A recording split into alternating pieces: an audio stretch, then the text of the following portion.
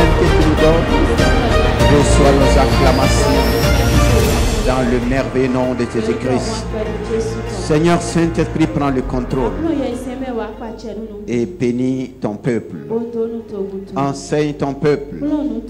Illumine les Écritures pour nous. Conduis-nous dans ta profondeur. Donne à ton peuple la révélation. Réponds à chaque besoin. Réponds à chaque question. Réponds à chaque attente. Pendant que ta parole sort, qu'elle coule comme une bombe de guérison, bombe de délivrance et de bénédiction pour ton peuple. Je te suis infiniment reconnaissant dans le beau nom de Jésus-Christ. Amen. Tu es béni dans la présence du Seigneur. Toi qui es là pour la première fois, tu as choisi ce lieu pour adorer et célébrer le Seigneur. Et le Seigneur prend plaisir à ta présence. De même que tu prends plaisir à la présence du Seigneur. Je veux que tu sois rassuré que dans la présence du Seigneur, il opère dans ta vie. Tu ne repartiras pas tant comme tu es venu, quel que soit l'état dans lequel tu es arrivé ici. Je t'invite à faire simplement confiance au Seigneur. Ne me regarde pas, mais regarde au Seigneur qui est présent en ces lieux. Alléluia. Encore 2025.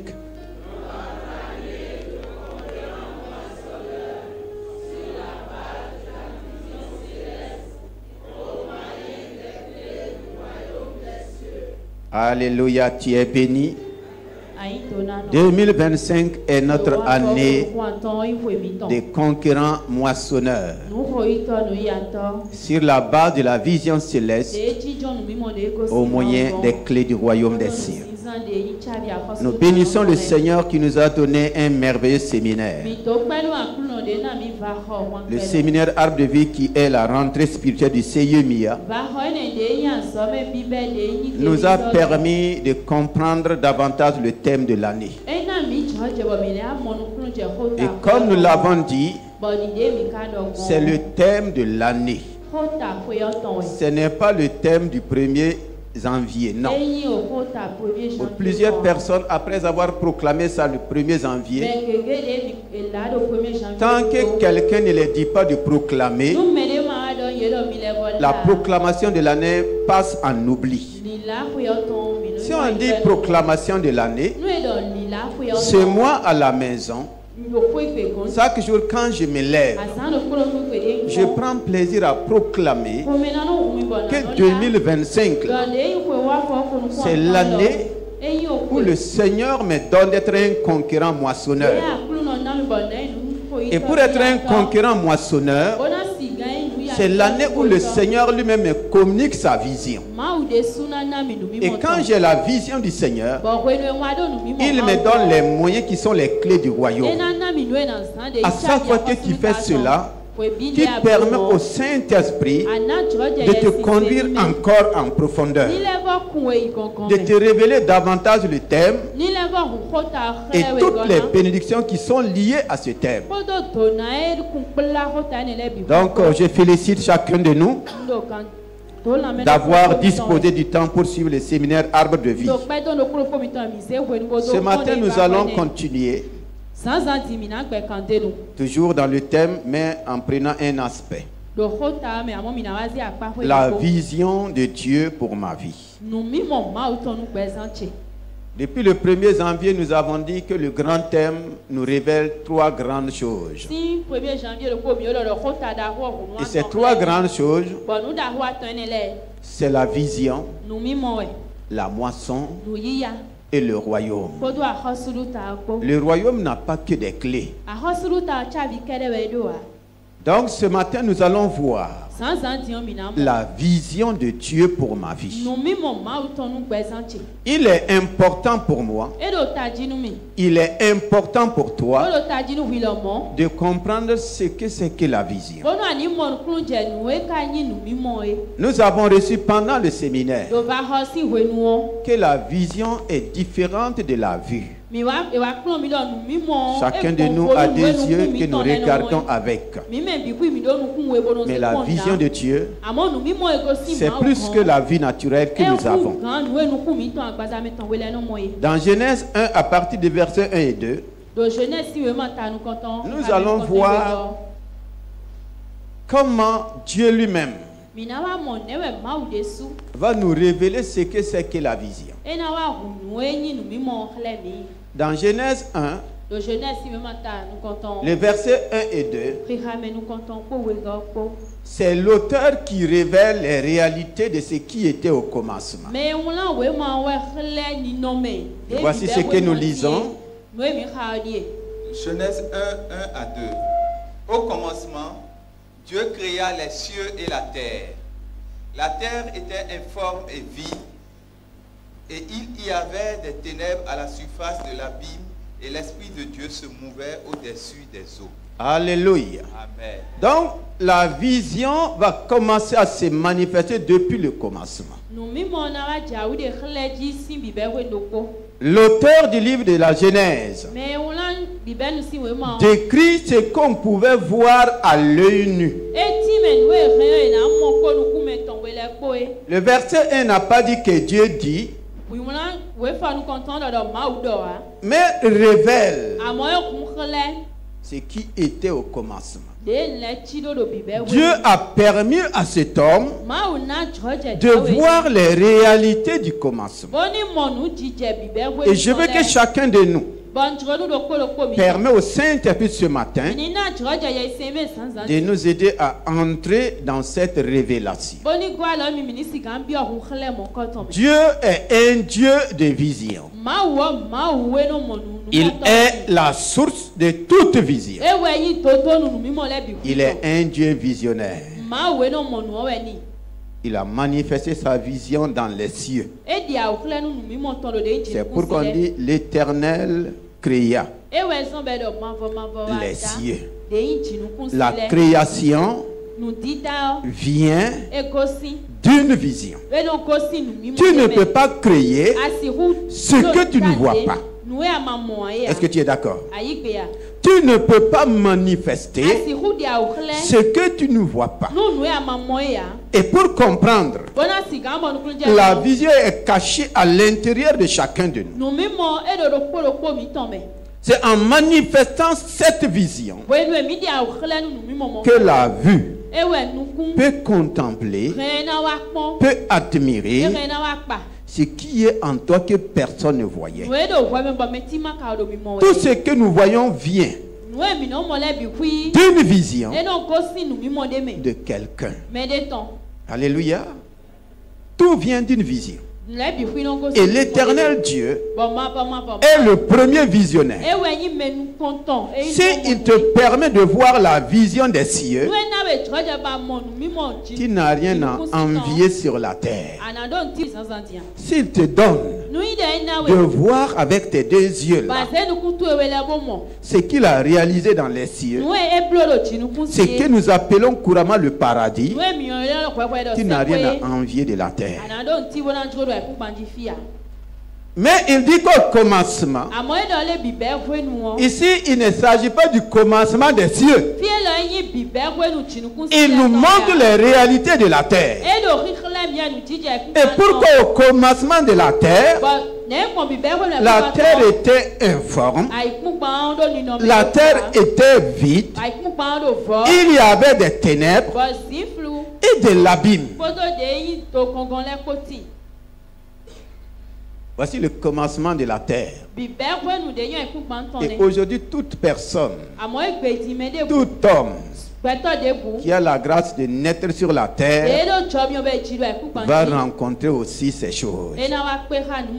Alléluia. Le bébé qui naît là, Le jour de ta naissance, là, est-ce que tu connaissais la forme des choses? Dis-moi, est-ce que tu voyais même? Pourquoi le bébé crie à ta naissance?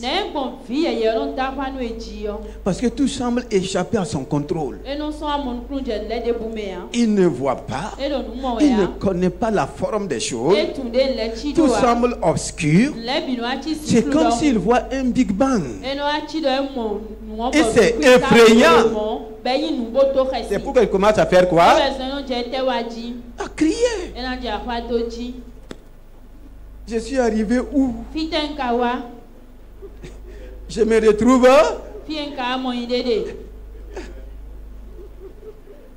Même sa propre maman, il ne le connaît pas.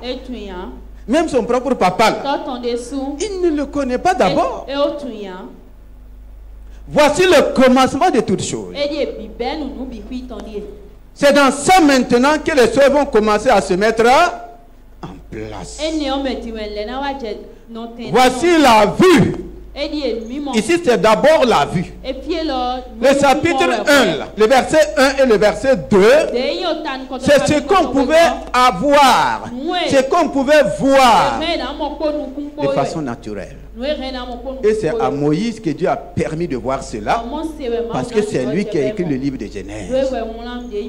Dis mon serviteur Moïse, voici comment était la terre. Alléluia. Est-ce que tu es là ce matin? Comment est ta vie aujourd'hui? Comment est ta famille aujourd'hui? Comment est ton service aujourd'hui? Toute chose a un commencement. C'est pourquoi Dieu n'a pas dit que le commencement d'une chose est meilleur que sa fin. Mais qu'est-ce qu'il a dit?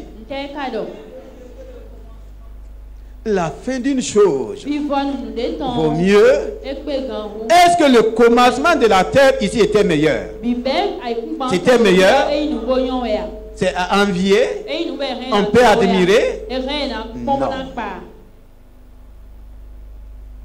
Mais c'est dans ça que Dieu va manifester sa vision. Dans la vision de Dieu, ce n'est pas une terre informe. Ce n'est pas une terre vide. Ce n'est pas une terre avec de l'abîme et des ténèbres. Non.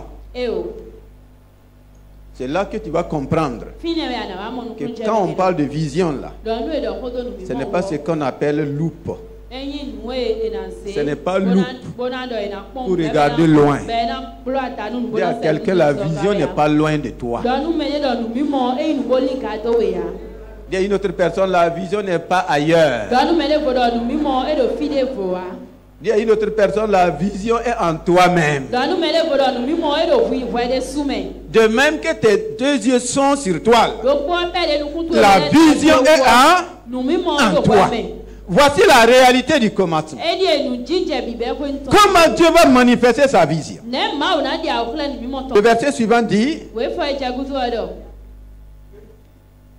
Dieu, que quelqu'un dit Dieu, la vision de Dieu va venir de quoi? De ce qu'il va dire. Face à cette réalité, face à cette terre informe, face à cette terre vide, face à cette terre remplie de l'abîme et des ténèbres, c'est ce que Dieu va dire là.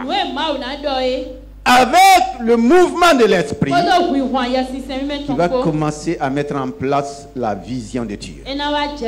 Donc la vision de Dieu vient de ce que Dieu va dire.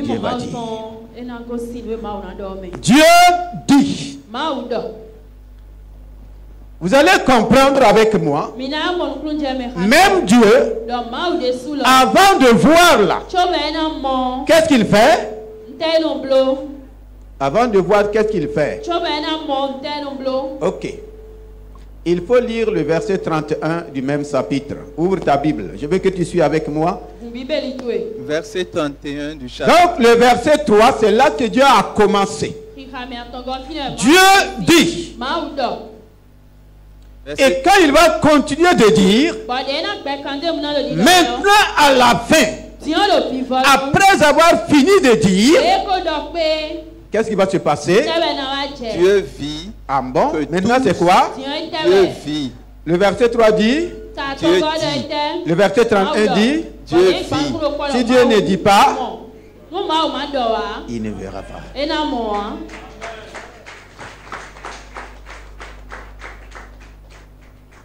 Si Dieu n'avait pas dit, il n'allait jamais voir. Tu ne vois pas parce que tu ne dis pas. Donc dis à quelqu'un, tu verras toujours ce que tu dis.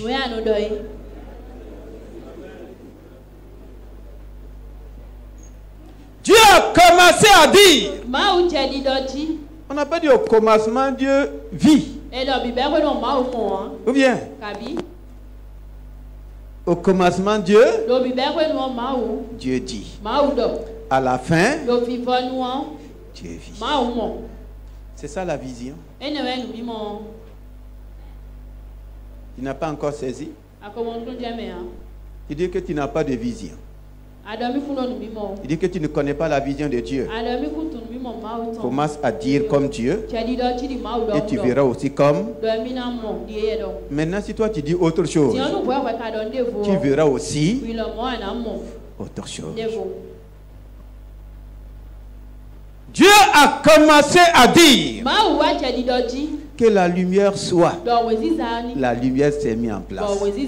Que l'étendue soit. Que la verdure soit. Que les animaux. Donc, dans cette terre informe, le Seigneur est en train de te donner des secrets pour ta propre vie. Si Dieu me donne quelque chose qui n'a pas de forme, si Dieu te donne quelque chose qui n'a pas de forme, c'est pour que tu fasses quoi? C'est pour que toi-même, tu donnes la forme que tu veux. Maintenant, si toi tu veux une forme triangulaire, je ne sais pas, ou bien une forme, comment? Ah, toi tu aimes ça? Non. En réalité, la forme de ta vie là, c'est toi qui l'as formée. C'est toi qui donnes une forme à ta vie. Dis-moi, qui a décoré ta maison? Le décor de ta maison là, qui l'a fait? Tu vas dire que c'est un décorateur ou une décoratrice. Mais ce n'est pas toi qui as donné l'argent.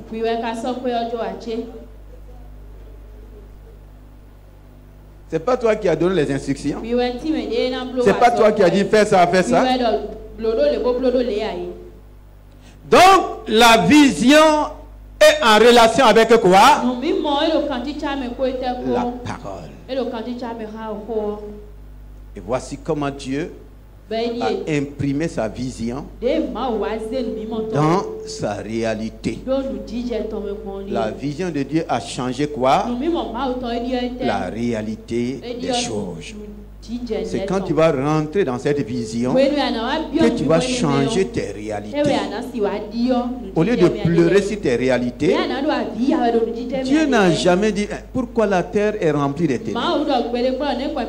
Dieu n'a jamais dit pourquoi la terre est informe. Dieu n'a jamais dit pourquoi les abîmes. De façon naturelle, il voyait cela. Donc la vision de Dieu, c'est ce qui est caché derrière la réalité. Est-ce que tu reçois quelque chose ce matin? En relisant Genèse 1, là, tu peux comprendre comment toi tu peux changer les choses dans ta propre vie. Oui, Dieu voit ce que tu vois de façon naturelle. Mais plus tu vas continuer de parler de la réalité, c'est les réalités que tu imprimes dans ta vie. Plus tu vas continuer de parler de tes problèmes, c'est les problèmes qui prennent naissance dans ta vie. La vision derrière les problèmes, c'est quoi? C'est la solution. Au lieu de parler problème, je vois les problèmes et je parle quoi? Je parle solution. Je vois la défaite mais je parle victoire. Ou bien, je vois la mort mais je parle quoi?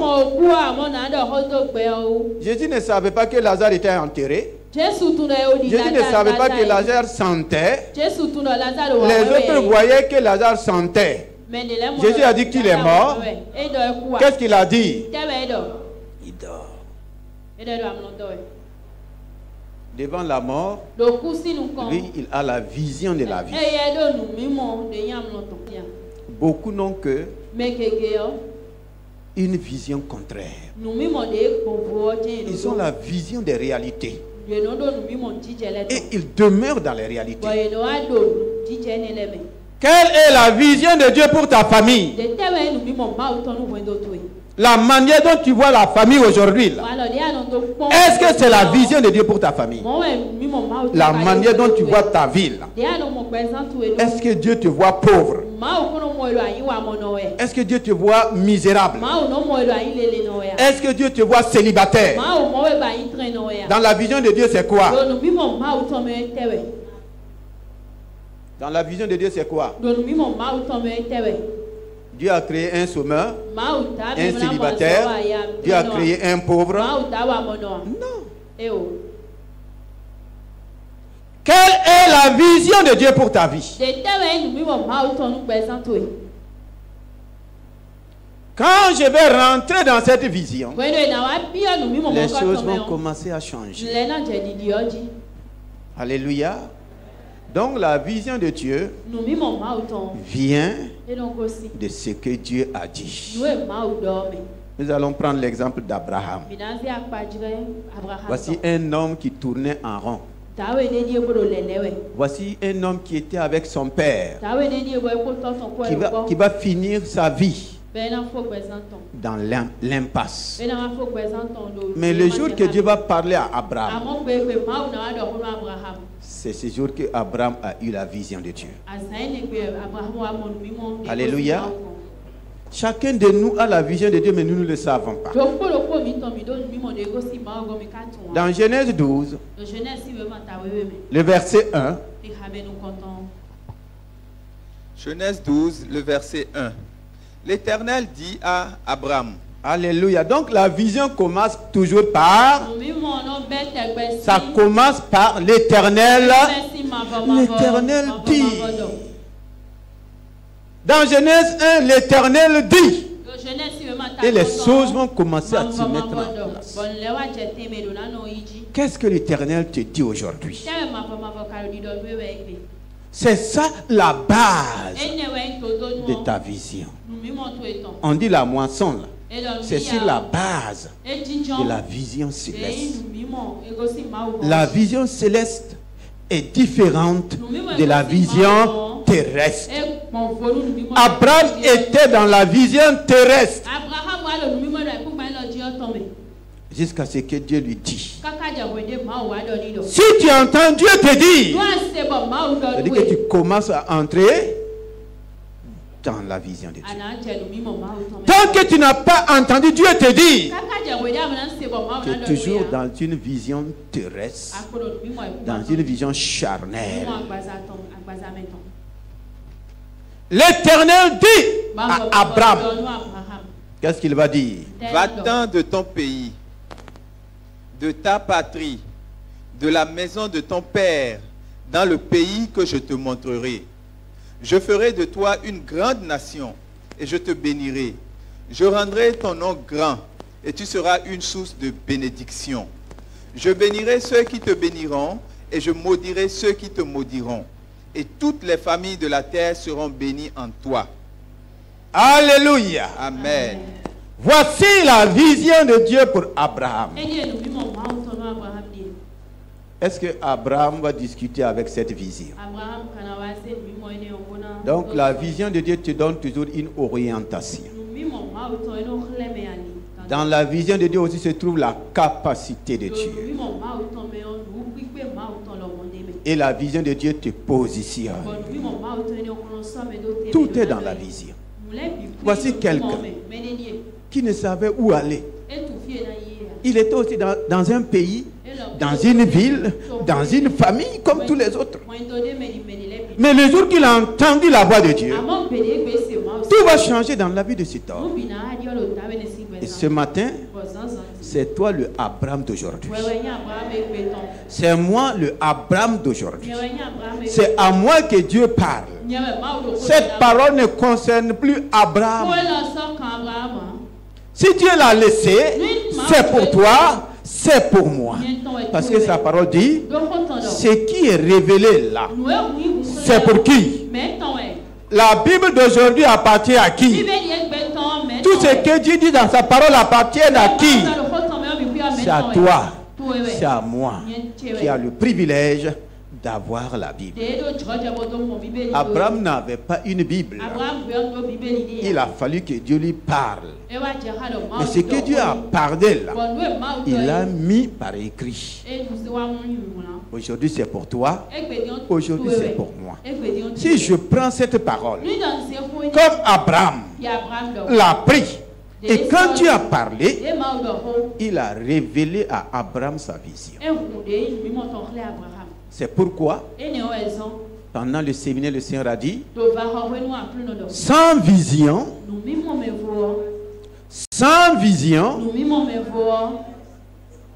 le peuple, sans vision, le peuple est sans foi.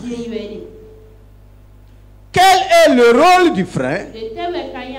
Le frein te permet de t'arrêter là où tu veux. Le frein, ce n'est pas pour s'arrêter n'importe où. Tu es d'accord avec moi? Ce n'est pas parce que tu as un frein dans ton véhicule qu'en pleine vitesse, dans l'autoroute, comme il y a un frein là, brusquement, si tu fais comme ça, tu vas entendre derrière. Oh.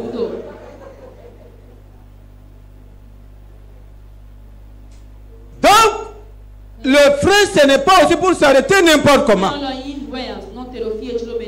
Et la Bible dit sans vision, il n'y a pas de frein. Et quand tu n'as pas de frein, tu es obligé de t'arrêter n'importe comment. N'importe comment là. Tu t'arrêtes en désordre. Et c'est ça qui crée quoi? Les accidents de vie. Les destructions. Abraham a reçu une vision. Et il va commencer à sortir et se mettre en mouvement. Alléluia. Au commencement, il y avait l'esprit qui était en mouvement. Et le mouvement de l'esprit attendait la parole de Dieu. Maintenant ici, il y a un homme sans vision, sans parole. Quand il va entendre la parole de Dieu, il va se mettre aussi en mouvement. Donc la vision te met en mouvement. Je ne peux pas dire que j'ai une vision et je reste assis. Non. La vision me met en mouvement. Quand Dieu a commencé à dévoiler sa vision, les choses ont commencé à se mettre en mouvement. Les choses ont commencé à apparaître. Et Abraham s'est mis en mouvement. Et dans son mouvement, la Bible va révéler que quelqu'un va le suivre. C'est là que nous allons voir la différence entre la vision de Dieu et la vision de l'homme. la manière de voir de Dieu et la manière de voir de l'homme. Genèse 13, juste à côté, le verset 1. Genèse 13, 10. 6 d'abord. 6. Non, le verset 1 d'abord. Le verset 1. Abraham remonta d'Égypte vers le midi. Lui, sa femme et tout ce qui lui appartenait, et Lot avec lui. Abraham était très riche en troupeaux, en argent et en or. Alléluia. Amen. Voici ceux qui vont suivre Abraham dans sa vision de Dieu. Sa famille était composée de lui et de sa femme. Il n'y avait pas d'enfant d'abord. Mais son neveu a décidé de le suivre. Lot, en suivant Abraham, a décidé de faire quoi aussi? De suivre la vision que Abraham a reçue. Il a décidé de suivre Abraham dans sa vision. Mais lui, n'ayant pas reçu la vision de Dieu, nous allons voir comment il va se comporter. Abraham a reçu une vision. Quand Dieu te parle et tu t'engages avec Dieu dans la vision de Dieu, à chaque chose, il faut consulter le visionnaire. À chaque étape de ta vie, si c'est Dieu qui a parlé pour que tu bouges, s'il y a quelque chose qui se présente, ne t'appuie pas sur tes expériences passées. Appuie-toi sur qui? Sur le visionnaire. Donc la vision a des étapes. Il est arrivé à l'étape suivante. Lot a suivi Abraham. Et la Bible dit, Abraham était très riche.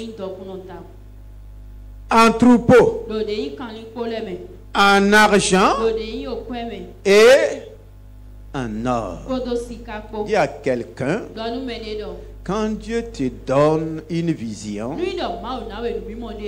il te garantit aussi sa provision.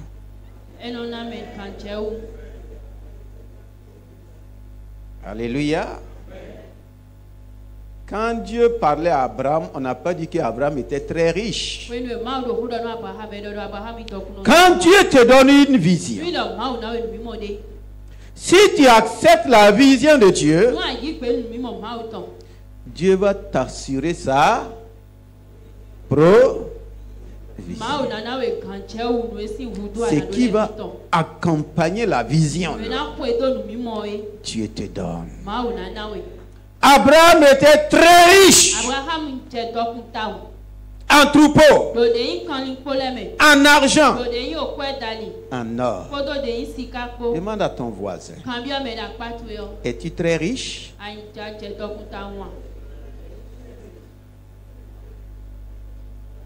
Qu'est-ce qu'il a dit?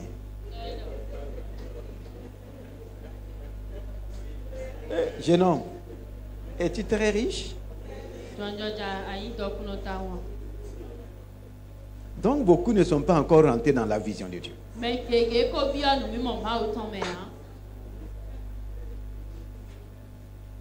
Ou bien, quand tu rentres dans la vision de Dieu, tu n'as pas besoin d'escroquer, tu n'as pas besoin de manipuler, tu n'as pas besoin de corrompre. La vision de Dieu a la capacité de m'enrichir. Abraham était très riche. Et le verbe être est important. Vous allez voir, quand on va parler de Lot, on va dire aussi ce que Lot était. Alléluia, le verset 8, le verset 5.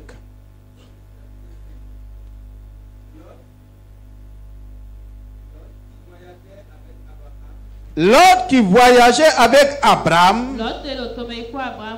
avait aussi des brebis, des bœufs et des tentes. Ah. Lot, lui, il avait. Pourquoi on n'a pas dit que Lot était très riche? On dit Abraham était très riche. Mais on dit que Lot, lui aussi, lui il avait. Il n'était pas. Quand je rentre dans la vision de Dieu, je m'identifie à tout ce que Dieu est avant d'avoir ce que Dieu a. Mais Lot n'était pas entré dans la vision de Dieu. Il a commencé simplement à avoir. Qu'est-ce qu'il a eu? Il avait des brebis. Quoi encore? Des bœufs Et des tentes. et des tentes. Vous savez, ça suffit à Lot de croire qu'il a quelque chose. Il y en a qui ne sont pas encore rentrés dans la vision de Dieu. Mais les choses apparentes qu'ils ont là, ils sont déjà satisfaits. On se satisfait d'un travail. Ah, je travaille dans la fonction publique. Ah, j'ai une boutique. Ah, j'ai commencé mes affaires. Mais est-ce que tu es vraiment rentré dans la vision de Dieu? Voici la différence. Celui qui rentre dans la vision de Dieu s'identifie à la recette de Dieu, s'identifie à tout ce que Dieu est pour entrer dans ce que Dieu a et terminer dans ce que Dieu peut. Vous allez voir ça avec Abraham. Lot avait simplement des brebis, des bœufs et des tentes. Donc il n'était même pas encore arrivé à argent ni à l'or. Mais il était déjà satisfait. Il a raison. Parce que quand il sortait, il n'avait même pas ça. Et plusieurs secondes, quand il commence, il suffit seulement qu'il commence à voir certaines choses, ils vont commencer à changer. Est-ce que avoir des tentes, avoir des brebis et des bœufs, c'est suffisant pour commencer à faire des querelles avec le visionnaire? C'est suffisant? Quand tu as commencé à travailler, à peine tu as commencé à avoir un salaire, tu as commencé à voir ta vie changer un peu, ton comportement change avec le visionnaire.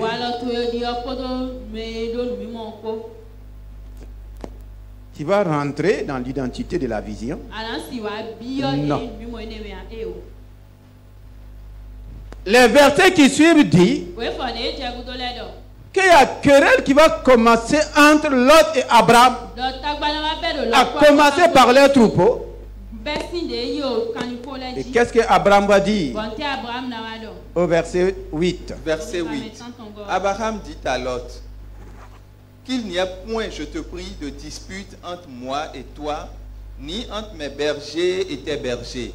Qu'est-ce qui amène nous sommes frères. Lot à disputer avec Abraham? Dis à quelqu'un, l'homme de vision ne discute pas. C'est celui qui n'a pas de vision. Alléluia. Mais toi qui n'as pas la vision, tu ne comprends pas les choses. Ah, pourquoi ça? Pourquoi si? Comment? Ah, Abraham dit qu'il n'y ait pas de dispute. Et c'est là que vous allez comprendre la vision de Dieu et la vision de l'homme. Pour qu'il n'y ait pas de dispute, il faut quoi? Il faut la séparation. Est-ce que j'aurai le privilège de suivre un homme de vision et me séparer sans la vision? Je te pose la question. Est-ce que c'est bien réfléchi d'avoir le privilège de suivre un homme riche et se séparer sans être riche? Est-ce que c'est bien réfléchi? Est-ce que c'est très sage d'avoir le privilège de suivre un homme ouin et se séparer sans l'onction? C'est ce que lui va faire à cause des disputes. Les disputes au sein de nous. Donc ça veut dire quand il y a dispute, ça veut dire qu'il y a contradiction dans la vision. Dans le foyer, quand il y a dispute là, ça veut dire quoi? Il y a plusieurs. La femme a sa vision. L'homme a sa vision. Comment voulez-vous qu'il n'y ait pas de dispute?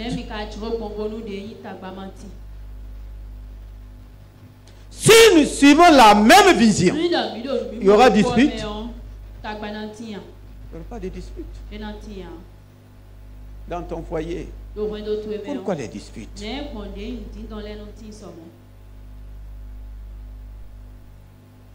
Ah oui. Abraham dit, bon, si tu n'es pas prêt à suivre la vision que Dieu m'a donnée, le pays est devant toi. Si tu pars à droite, moi, je pars à gauche. Si tu pars à gauche, moi, je pars à droite. Mais il ne faut pas qu'il y ait dispute entre nous parce que nous sommes des frères. Il a bien dit ça. Il n'a plus regardé l'autre comme son neveu. Il a pris maintenant comme son frère. Qu'il n'y ait pas de dispute. Je suis prêt à ce que tu choisis ton chemin. Effectivement, les passages qui suivent vont dire quoi? Lot leva les yeux. Lot fait. Qu'est-ce que Lot a fait? Lot leva les yeux. Il n'a pas fermé les yeux. Il a bien fait quoi? Bon, normalement, quand on lève les yeux, on doit voir où? En haut ou bien en bas? Mais lui, il va lever les yeux. Mais il va regarder où? La plaine. L'autre leva les yeux et vit toute la plaine du Jourdain qui était entièrement arrosée. Il s'agit de quelle vision ici? C'est quel genre de? Pardon? Ah. Il a levé les yeux, mais il n'a regardé que des choses purement charnelles. Et les choses charnelles brillent. Ou bien, les choses charnelles, ça brille. Quand il a regardé la plaine, la Bible dit que c'était arrosé. Et si nous continuons, on dit que cette plaine ressemblait au jardin même de l'Éternel. Qui a dit que ça ressemble au jardin de l'Éternel? C'est Dieu qui a dit. Non, c'est lui ses regards. Parce que ce n'est pas l'Éternel qui l'a dit de lever les yeux. Vous allez voir aussi par rapport à Abraham. On ne va pas dire qu'Abraham leva les yeux. C'est là la différence. Lot a levé les yeux. Il a regardé. Il a vu la plaine. La suite dit, du Jourdain. Quand il a regardé, il a fait son choix. Alléluia. Pendant le séminaire, papa nous a dit, ta vision détermine ton action. Et ton action va déterminer ta moisson. Ta vision détermine ton action. Tu agiras conformément à ce que tu vois. Et c'est ton action maintenant qui va te donner la moisson.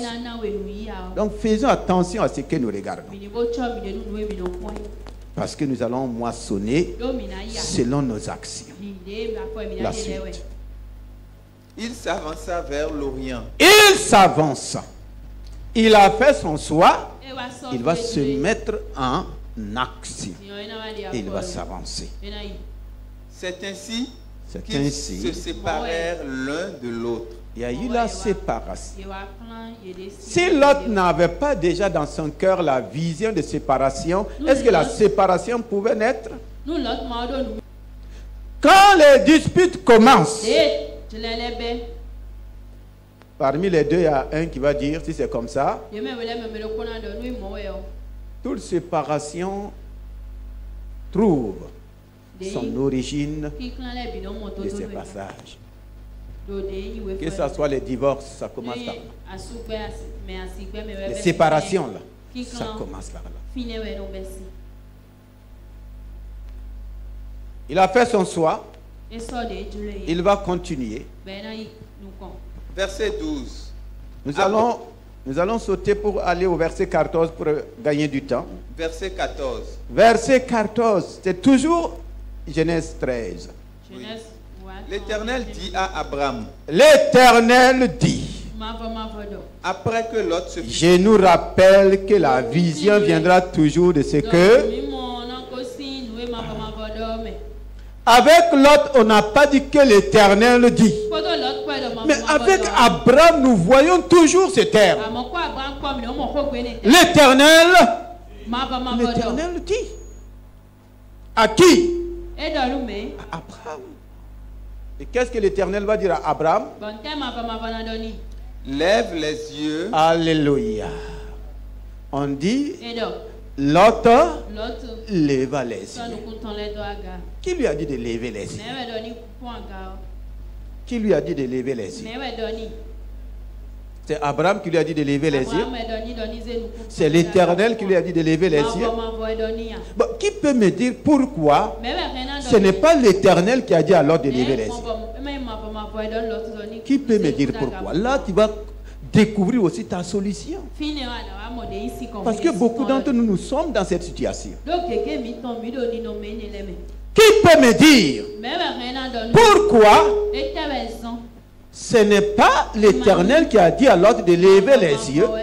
Cependant, c'est l'Éternel qui a dit à Abraham de lever les yeux. Pardon?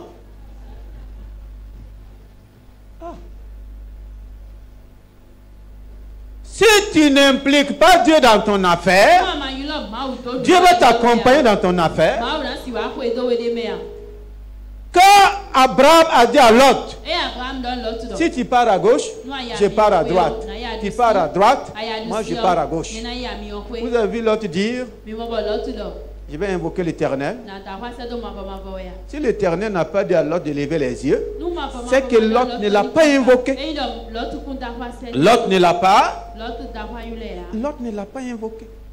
Et beaucoup font des choix sans invoquer l'Éternel. L'Éternel n'a pas parlé à Lot. Il n'a pas dit à Lot de lever les yeux. Et si l'Éternel ne te dit pas de lever les yeux, tu vas lever les yeux toi-même. Et tu vas faire ton propre choix pour suivre ta propre vision. Voici que ici, c'est l'Éternel qui a dit à Abraham, lève les yeux. Et quand Abraham va lever les yeux, il va choisir la plaine qui va déterminer le choix pour Abraham.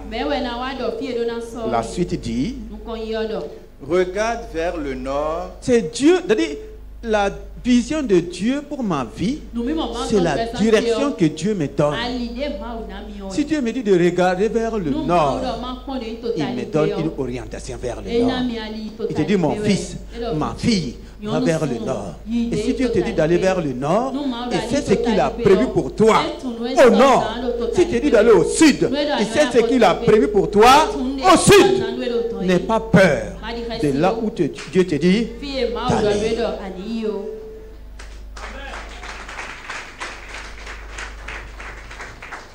Qui a tracé la terre? Qui a créé la terre? Qui a mis les richesses sous la terre et sur la terre? Qui connaît la terre mieux que son créateur?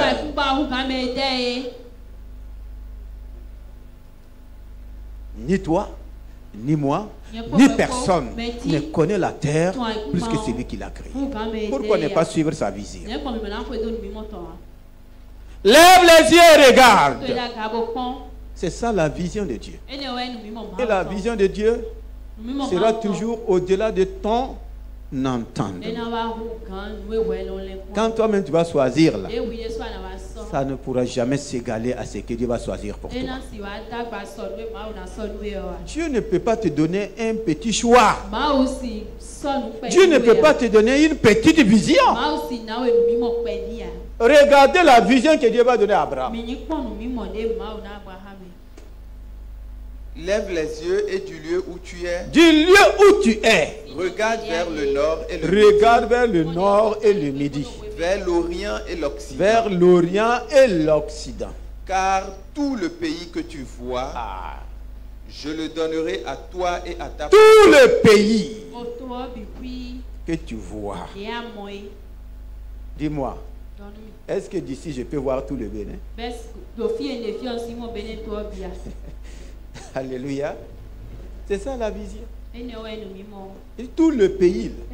La vision de Dieu, c'est de t'arrêter là où Dieu te dit de t'arrêter. Et de voir tout. De voir quoi? Tout. Qui ici voit tout le Bénin comme étant sa possession?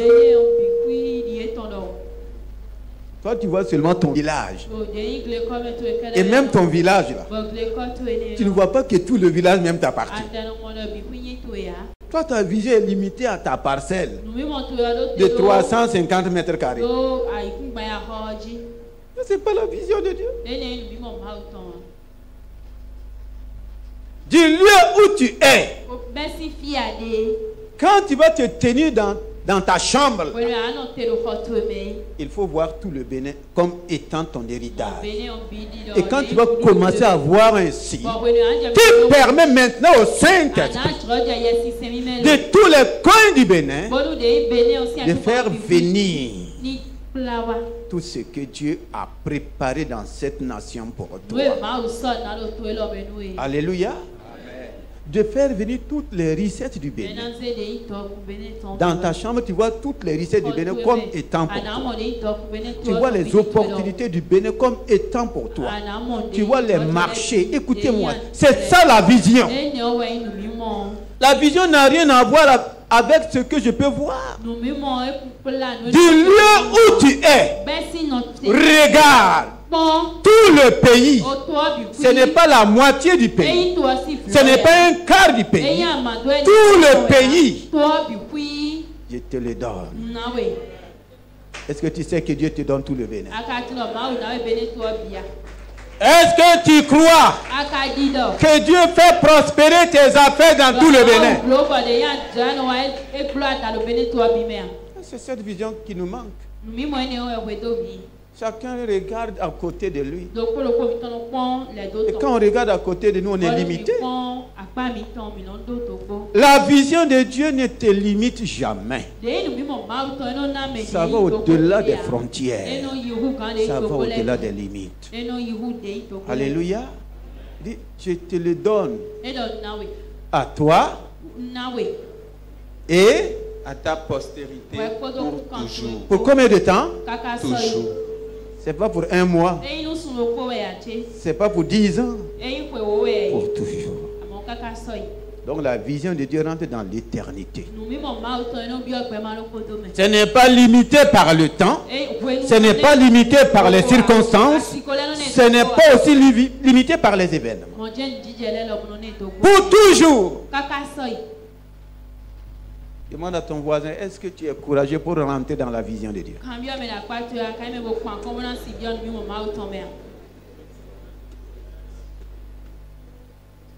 Alléluia. Maintenant, l'autre qui a fait son soir,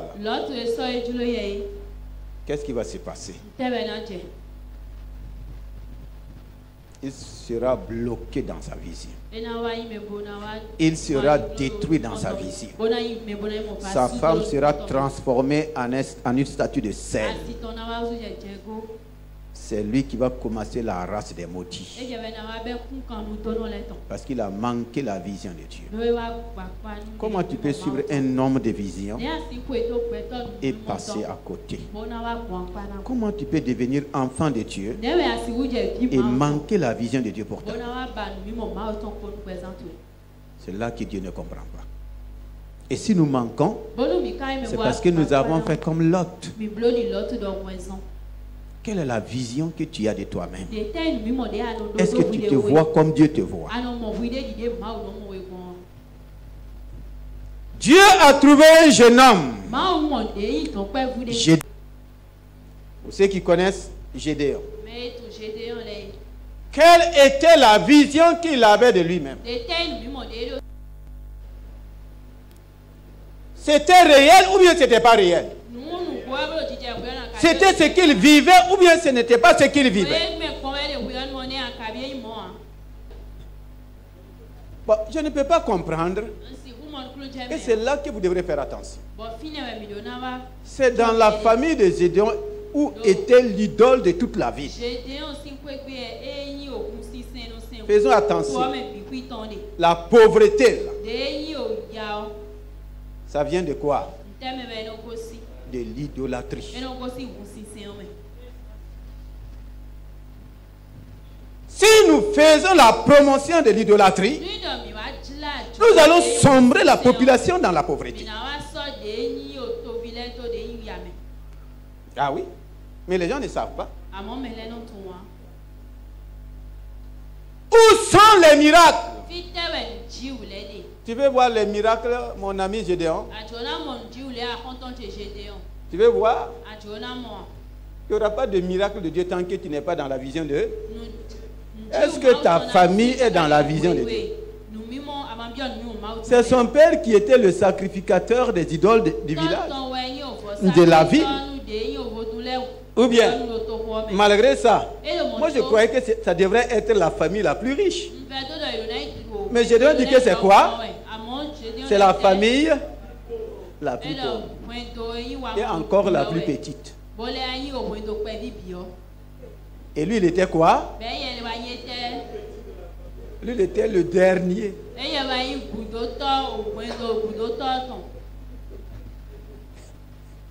Ah, je comprends pourquoi tu ris. C'est dans ça que la vision de Dieu se manifeste. La vision de Dieu se manifeste dans la réalité de l'homme. Ce matin, quand tu te regardes là, qu'est-ce que tu vois? Est-ce que tu te vois comme Dieu te voit? Lui se voyait dans la défaite. Il se voyait dans la pauvreté. Il se voyait dernier. Donc, si tu es dans cette situation, quelle note tu peux te donner? Il faut donner note à Gédéon. Sois le professeur de Gédéon. Donne-lui une note ce matin. Combien? Il n'est même pas 0,5. Ah oui. C'est pourquoi quand Dieu s'est présenté à chez Gédéon, je crois que Dieu se présente à toi ce matin. Il dit vaillant héros. Gédéon n'a pas dit amen. Il ne pouvait pas dire amen. Parce que quand la vision de Dieu vient, ça dit, c'est le contraire de tout ce que tu peux attendre. Vaillant héros. Il dit ah bon. Il a dit se tourner derrière. Pourquoi? Comme s'il y avait quelqu'un d'autre avec lui. Alléluia. Je veux que tu reçois cette parole. La même chose est arrivée à Moïse. Dieu dit, c'est toi le vaillant héros que j'ai trouvé. Qu'est-ce que Moïse a dit? Qu'est-ce que Moïse a dit? Moïse dit non. Il faut aller chercher quelqu'un d'autre. Je dois dire la même chose. Ce que tu dis là, tu t'es trompé. C'est quelqu'un d'autre. Dis à ton voisin, ce n'est pas quelqu'un d'autre. C'est bien moi. C'est bien toi. Ce n'est pas quelqu'un d'autre. Voyons héros là. Ce n'est pas quelqu'un qui va venir. C'est bien toi. Moïse dit non. Je n'ai pas cette vision de moi-même. Là où je suis là, je n'ai plus la vision de vaincre Pharaon.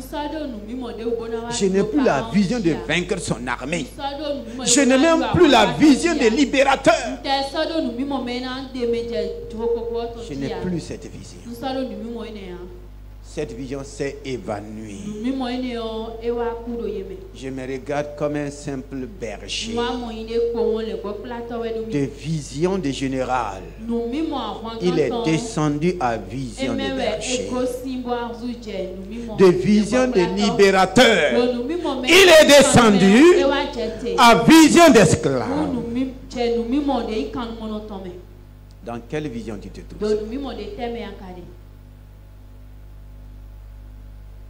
Gédéon, même si tu es le dernier, si tu rentres dans ma vision, tu deviendras le premier. Dans ta défaite, si tu rentres dans ma vision, tu rentres dans ma victoire. Dans ta malédiction, tu rentres dans ma vision. Tu rentres dans ta bénédiction. Dans l'état où tu es ce matin, il te suffit simplement, il me suffit simplement de rentrer dans la vision de Dieu. Et la vision de Dieu, c'est ce qu'il est en train de te dire. Vaillant héros. Commence à t'appeler vaillant héros, tu verras. Commence à t'appeler vaillant. Tu verras ce que tu vas devenir. D'ici même la fin de ce mois-là, tu verras ce que tu vas devenir. Commence à t'appeler très riche. Même si tu n'as rien dans ta poche. Mais je te dis, je suis très riche.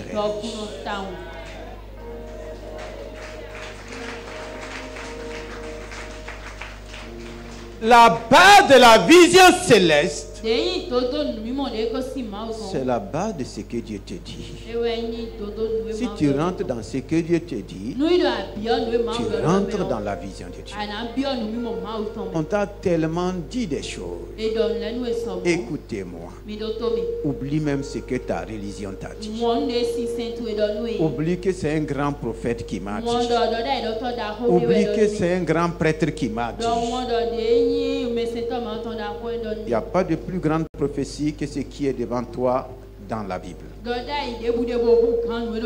Si ce qu'on t'a dit n'est pas conforme, n'a pas de lien, ni d'alliance, ni de relation avec ce qui est écrit, mets de côté. Mets de côté. Ne te laisse pas tourmenter par des visions qui ne viennent pas de Dieu. Alléluia. Gédéon avait la vision d'idolâtrie. On l'a dit que les Astartés pouvaient faire ci, pouvaient faire ça, pouvaient les garder, pouvaient les protéger. Mais voici que malgré Astarté dans sa propre maison,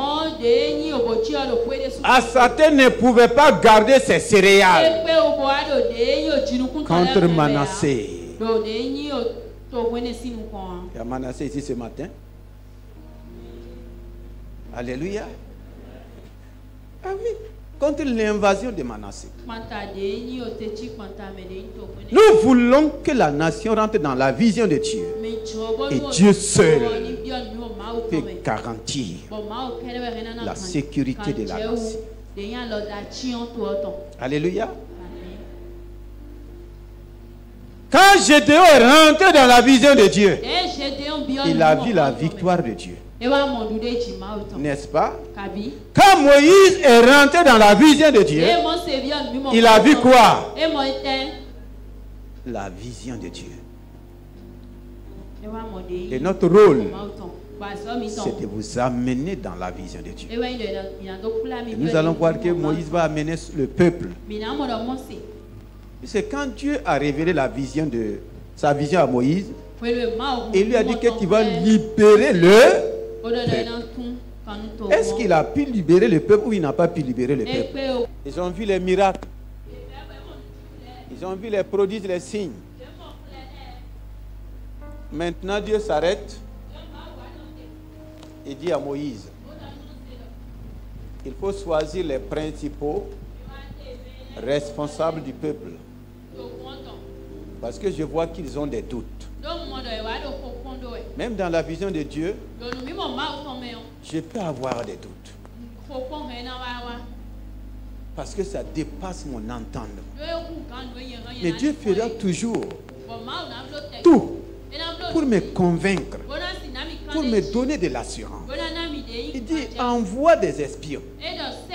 Ils vont aller voir le pays. Est-ce qu'ils ne sont pas partis? Ils sont allés. C'est que Dieu disait là. Et ils ne voient pas. Ou bien. Donc c'est pourquoi les murmures. C'est pourquoi les plaintes. Dieu dit, bon, je vais vous faire exception. Envoie-leur, ils vont aller voir. Il y en a, tant qu'ils ne voient pas, ils ne croient pas. Mais ceux qui veulent voir avant de croire, comment on les appelle? Comment on les appelle? Pardon? Des increux. Même quand ils vont aller voir là, ça va endurcir quoi? Leur cœur. Ça va endurcir leur cœur.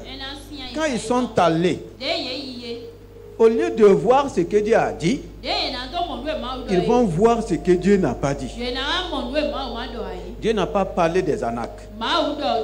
Est-ce que Dieu ne savait pas qu'il y avait des Anacs? Donc dans la vision de Dieu là, il y aura des Anacs. Mais ce n'est pas à toi de combattre les Anacs.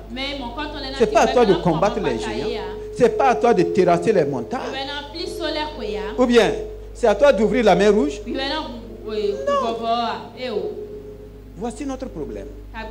Nous voulons faire les choses à la place de Dieu. Et c'est là qu'on s'arrête. Au lieu de nous arrêter, dire à Dieu, dans ta vision, voici ce que je rencontre. Alléluia. Et quand tu dis cela à Dieu, Dieu va te dire, ce n'est pas ton combat. Fais-moi confiance. C'est mon combat. C'est mon combat. Et quand c'est le combat de Dieu, qu'est-ce que moi je fais? Moi je fais confiance. Je rends grâce au Seigneur. Et Dieu mène le combat sans poussière. Alléluia. Parce que Dieu ne veut pas que je sois enrhumé. D'accord? Dieu ne veut pas que tu sois.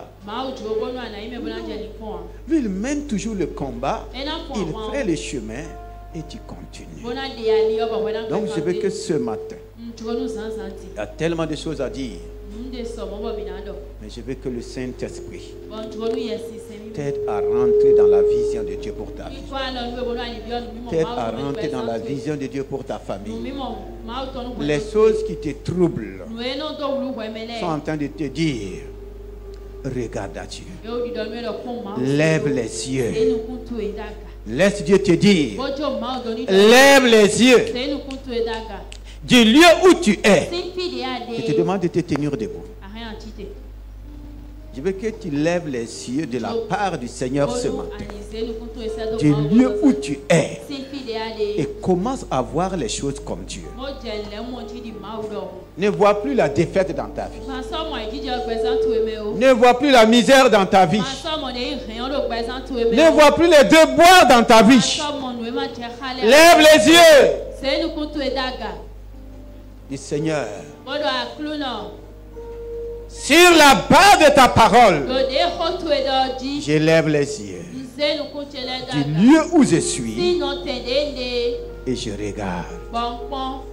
Communique-moi ce matin ta vision. Je veux que tu parles au Seigneur. David a dit, si je ne suis pas dans la bonne vision, ramène-moi. Je veux revenir. Je veux revenir. Je veux que tu parles au Seigneur. Tu as juste quelques secondes. Et le Saint doit changer ta vision. Tu crois que tu as échoué. Ce n'est pas ce que Dieu croit de toi. Tu vois que c'est fini. Ce n'est pas ce que Dieu voit. Jeune homme, maman, papa, je veux que tu parles au Seigneur. La vision céleste est pour chacun de nous. Nous sommes dans un royaume céleste.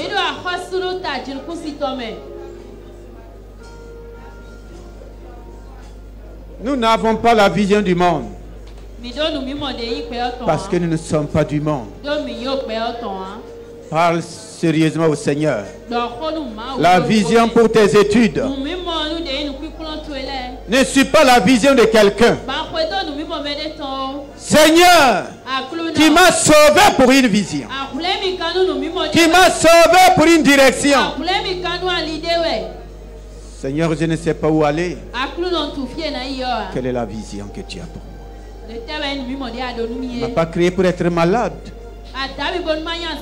Seigneur, la vision de la bonne santé, la vision de la fécondité, la vision des affaires, la vision de l'emploi, la vision dans mon service. Dieu n'a pas dit que tu seras dans ton service sans promotion. Pourquoi tu parles tout le temps que tu n'as pas de promotion? Commence à parler de ta promotion. Seigneur, ta vision pour ma vie. Ta vision financière. Ta vision. La vision céleste. Pour changer ma vie, pour changer ma destinée, pour changer ma carrière, pour changer les affaires. La vision de Dieu pour toi, ce ne sont pas des affaires qui ne marchent pas. Avec Dieu, tout marche. En temps de crise, la vision de Dieu est que tu prospères. En temps de famine, la vision de Dieu est que tu pars au large. Seigneur, ta vision pour ma vie. Je veux que tu insistes. Ta vision pour ma vie. Ta vision pour ma société. Demande la vision de Dieu pour la nation. La vision de Dieu pour l'église.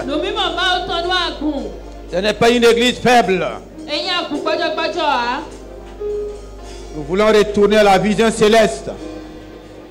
Nous voulons retourner à la vision de Dieu. Pour voir les miracles de Dieu. Pour voir les choses extraordinaires du royaume. Seigneur, ta vision. Seigneur, ta vision. Seigneur, ta vision. Si tu acceptes la vision de Dieu, rentre maintenant dans la moisson. Je libère la moisson divine dans ta vie. Ce matin, tu moissonnes ta bonne santé. Tu moissonnes ta guérison. Dans la vision de Dieu se trouve la provision. Que la provision de la bonne santé soit libérée. Que la provision de la bénédiction soit libérée. Que la provision de la fécondité soit libérée. La provision de la promotion soit libérée dans ta vie. La provision de la délivrance soit libérée. La provision du salut soit libérée. Que toutes les provisions soient libérées. Commence à dire merci au Seigneur. Et commence à voir comme Dieu. Vois que tu es guéri et dis merci Seigneur. Je suis guéri de ce mal. Je suis guéri de cette infirmité. Désormais tu ne me regardes pas malade. Ta vision pour moi, tu as dit. Je te vois en bonne santé. Je te vois prospérer à tous égards. Seigneur, je suis en bonne santé. Seigneur, je prospère à tous égards.